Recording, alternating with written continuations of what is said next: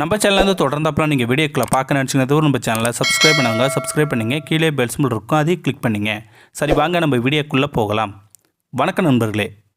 ஒரு இளைஞருடையருக்கு திருமணமாகி 5 ஆண்டுகளாக குழந்தை பாக்கியமே இல்லை.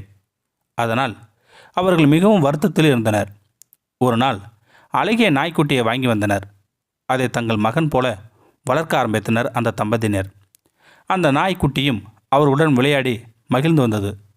ஒரு முறை திருடன் அவர்கள் வீட்டிற்கு வந்தபோது தன்னுடைய எஜமானருக்கு விசுவாசமாக நடந்து கொள்ள தன் உயிரையும் பொருட்படுத்தாமல் அவர்களை விரட்டியது அந்த நாய்.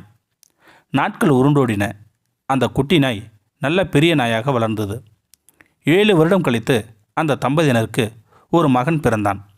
இப்போதெல்லாம் அந்த குழந்தையுடன் தான் அந்த தம்பதியினர் நேரத்தை செலவிடுகின்றனர்.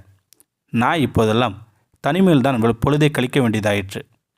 அவர்கள் வளர்ந்த நாய்க்கு அந்த குழந்தை மேல் பொறாமை உண்டாயிற்று. ஒரு நாள் அந்த தம்பதியினர் குழந்தையை தொட்டியில் தூங்க வைத்துவிட்டு மாடியில் நின்று பேசி கொண்டிருந்தனர். சிறிது நேரம் கழித்து நாயின் சத்தம் கேட்டதும் மேலே இருந்து இறங்கி ஓடி வந்தனர். படி அருகில் நாய் வாயில் இரத்தக்கரையுடன் நின்று கொண்டிருந்தது. இதை பார்த்ததும் அதை எஜமானர் ஓடிச் சென்று துப்பாக்கி எடுத்து வந்து நாயை சுட்டு வீழ்த்தினர். பிறகு வீட்டின் உள்ளே சென்று பார்த்த அவர்களுக்கு ஒரே அதிர்ச்சியாக இருந்தது. குழந்தையின் அருகில் நல்ல பாம்பு 2 துண்டுகளாக கிடந்தது. குழந்தையை காப்பாற்ற அவர்கள் வளர்த்த நாய் அந்த பாம்பை கடித்து போட்டுள்ளது.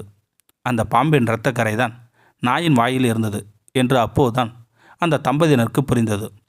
தங்கள் குழந்தையை காப்பாற்றிய நாயை அநியாயமாக கொன்றுவிட்டனர் என்று கதறி எழுதினர் அந்த தம்பதியினர். முன்கோபம் முட்டாள்தனத்தில் போய் முடிவு என்பதற்கு இது ஒரு எடுத்துக்காட்டு தான். எப்போ நாம் ஒரு முடிவு எடுப்பது என்றாலும் நன்றாக ஆராய்ந்து முடிவெடுக்க வேண்டும் என்பது இந்த கதையின் கருப்பொருளாகும். இந்த வீடியோ உங்களுக்கு பிடிச்சிருந்தா கமெண்ட் பாக்ஸில் கமெண்ட் பண்ணுங்கள். கூட உங்கள் ஃப்ரெண்ட்ஸுக்கு ஷேர் பண்ணுங்கள். இதுவரை நம்ம சேனலை சப்ஸ்கிரைப் பண்ணாதவங்க சப்ஸ்கிரைப் பண்ணிங்க. கீழே பெல் சிம்பிள் இருக்கும், அதையும் கிளிக் பண்ணிங்க. தேங்க்யூ ஃபார் வாட்சிங்.